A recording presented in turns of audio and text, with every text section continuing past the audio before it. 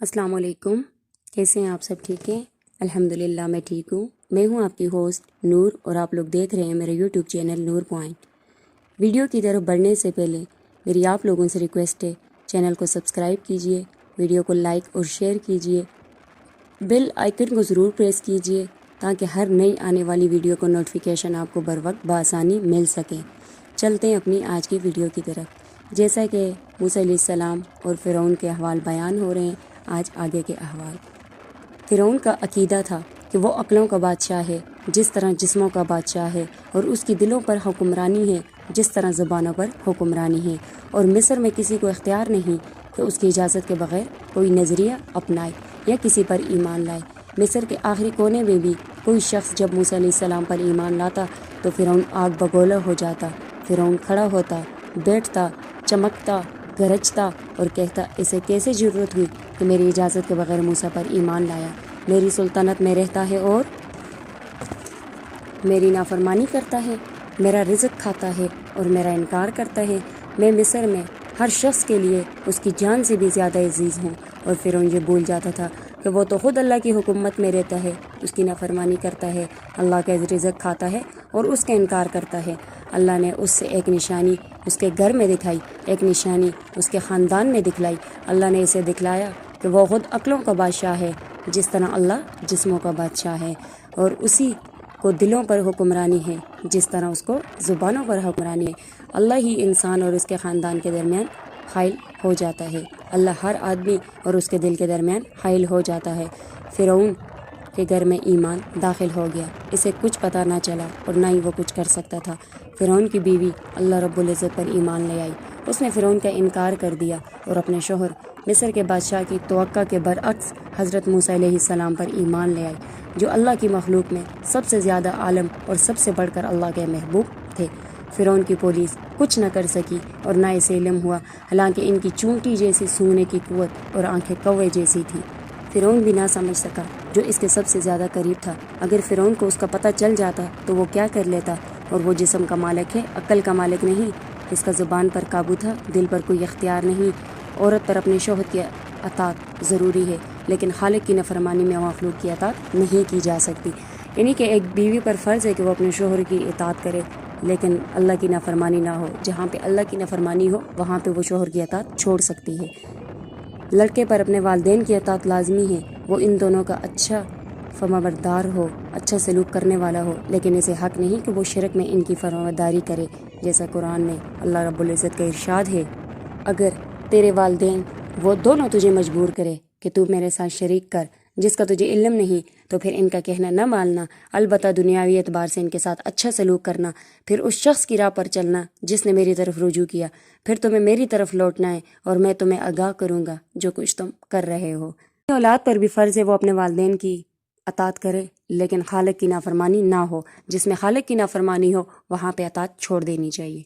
فرعون کی بیوی ایمان پر ڈٹ گئی اور وہ اللہ کے دشمن کے گھر میں اللہ کی عبادت کرتی تھی، وہ اللہ سے ڈرتی تھی اور فرعون کے کرتوتوں سے اللہ کے حضور اپنی برات کا اظہار کرتی تھی۔ اللہ فرعون کی بیوی سے راضی ہوا اور اس کو فرعون اور اس کے کاموں سے نجات دے دی، اور اللہ نے مومنوں کے لیے ایمان اور جلت کی مثال بیان کی۔ چنانچہ قرآن کریم میں ارشاد ہے، اللہ نے مومنوں کے لیے فرعون کی بیوی کی مثال بیان کی جب اس نے کہا، اے میرے رب، اپنے پاس جنت میں میرا گھر بنا دے اور مجھے فرعون اور اس کے عمل سے نجات عطا فرما اور مجھے ظالم قوم سے نجات عطا فرما، اور اس کی یہ دعا قبول ہوئی۔ اور جب لوگوں کو بنی اسرائیل کے ساتھ فرعون کی دشمنی کا علم ہوا تو وہ اپنی دشمنی اور اظہار ثانی کی بنیاد پر فرعون کے قریب ہوئے۔ بچے بھی بنی اسرائیل پر دلیر ہو گئے اور کتے بھونکنے لگے۔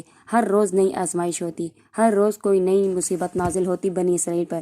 جب موسیٰ علیہ السلام انہیں تسلی دیتے، صبر کی تاکید کرتے، ان سے فرماتے، اللہ سے مدد مانگو، صبر کرو، بلا شبہ یہ زمین اللہ تعالیٰ کی ہے، جسے وہ چاہتے اپنے بندوں پر اس کا مالک بنا دیتا ہے۔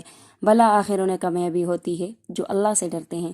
بنی اسرائیل اس آزمائش اور مصیبت سے اکتا گئے۔ انہوں نے موسیٰ علیہ السلام سے کہا، آپ نے ہمیں کچھ فائدہ نہ دیا، ہمارے کچھ کام نہ آئے۔ انہوں نے کہا، ہم تو ہمیشہ مصیبت میں رہے، آپ کے آنے سے پہلے بھی اور آپ کے آنے کے بعد بھی۔ یعنی بس بنی اسرائیل جو قوم تھی وہ بھی نا امید ہو گئی، لیکن موسیٰ علیہ السلام نہ گھبرائے اور نہ ہی مایوس ہوئے۔ آپ نے فرمایا، ان قریب تمہارا رب تمہارے دشمن کو ہلاک کر دے گا، تمہیں زمین میں حکومت دے گا، پھر دیکھے گا تم کیا عمل کرتے ہو۔ موسیٰ علیہ السلام نے فرمایا، اے میری قوم، اگر تم اللہ پر ایمان لا چکے ہو تو اسی پر بھروسہ کرو۔ انہوں نے کہا، ہم نے اللہ پر بھروسہ کیا۔ اے ہمارے رب، ہمیں ظالم قوم کے لیے آزمائش میں نہ ڈال، ہمیں اپنی رحمت سے کافروں سے نجات عطا فرما۔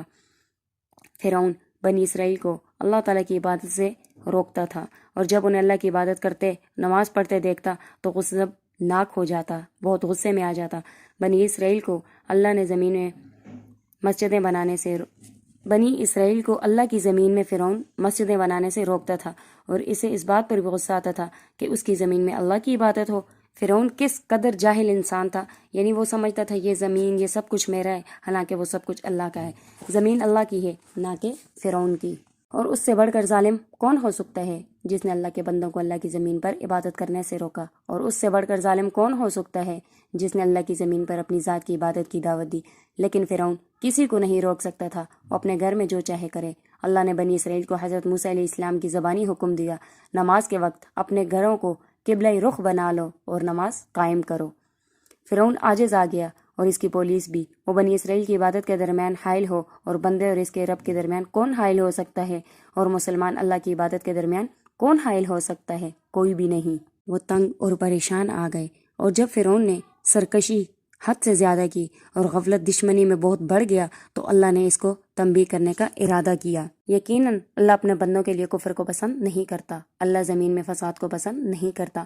فرعون بڑا کند ذہین تھا، یعنی کہ نہ سمجھ، دانشمند اور خیر خواہی اس پر ضائع ہو گئی، یعنی اس پر جتنی بھی نصیحت کرتے وہ سب ضائع۔ گدے کو جب مارا پیٹا نہ جائے تو اس کو سمجھ نہیں آتی۔ اللہ نے اسے تنبیہ کرنے کا ارادہ کیا، اور مصر کی سرزمین بڑی زرخیز اور شاداب تھی، یہ برکات، پھلوں اور اناج والا ملک تھا۔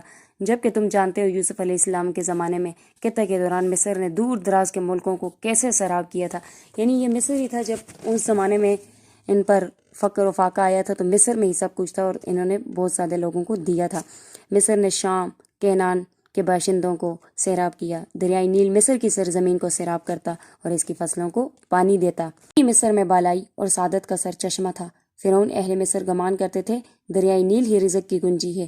بلا شبہ مصر دریائے نیل کی وجہ سے بارش سے بے نیاز ہے اور ہر چیز سے مستغنا ہے۔ وہ نہیں جانتے کہ اللہ کے پاس رزق کی کنجیاں ہیں، اور اللہ ہی جس کے لیے چاہتا ہے رزق کشادہ کرتا ہے اور جس کے لیے چاہتا ہے رزق کو تنگ کرتا ہے۔ اور نیل اللہ کے حکم سے چلتا ہے، اس کے حکم سے سراب کرتا ہے۔ اللہ نے دریائے نیل کو حکم دیا تو اس کا پانی خشک ہو گیا، زمین میں چلا گیا۔ اب مصر کے کھیتوں کو کیا چیز سراب کرے؟ ان کے پھل کم ہو گئے، اناج گھٹ گئے، ان پر فقر و فاقہ آ گیا۔ فرعون عاجز آ گیا، حمان عاجز آ گیا، فرعون کی پولیس بھی ہر بہانے سے عاجز آ گئی۔ تب مصر کے باشندوں کو معلوم ہو گیا فرعون ان کا رب نہیں، رزق اللہ کے ہاتھ میں ہے، اور اس نے فرعون کو انہوں نے کوئی فائدہ نہ دیا، اور نہ ہی مصر کے لوگوں کو فرعون نے کوئی فائدہ نہ دیا، اور نہ ہی ان کو بیدار کیا۔ اور شیطان ان کے اور نصیحت عبرت کے درمیان حائل ہو گیا۔ کہنے لگے یہ بھوک اور قطع سالی موسیٰ اور اس کی قوم کی نحوست کی وجہ سے ہے، یعنی وہ لوگ کہتے کہ ان کی نحوست کی وجہ سے سب کچھ ہو گیا ہے۔ کیا عجیب بات ہے، کیا موسیٰ اس سے پہلے نہیں تھے؟ کیا بنی اسرائیل زمانہ قدیم سے آباد نہیں تھے؟ بلکہ وہ تو ان کی بد اعمالوں کی نحوست کی وجہ سے تھی، بلکہ یہ تو ان کے کفر کی نحوست کے سبب تھی۔ فرعون اور اس کی قوم ضد پر آ گئے، کہنے لگے ہم ان کے جادو کے سامنے نہیں جھکیں گے۔ انہوں نے کہا جب بھی میں کوئی نشانی لاؤں جس سے ہم پر جادو کرو تب بھی ہم ایمان نہیں لائیں گے، یعنی وہ کہتے تھے کہ یہ جادو کی وجہ سے ہوا، اور اب بھی یہ کوئی نشانی لے کر آئے تو ہم ایمان نہیں لائیں گے۔ یہ تھی میری آج کی ویڈیو۔ انشاءاللہ نیکسٹ ویڈیو میں آگے کے حوالے آپ کے سامنے بیان ہوں گے۔ تب تک کے لیے آپ سے اجازت چاہتی ہوں۔ اللہ حافظ۔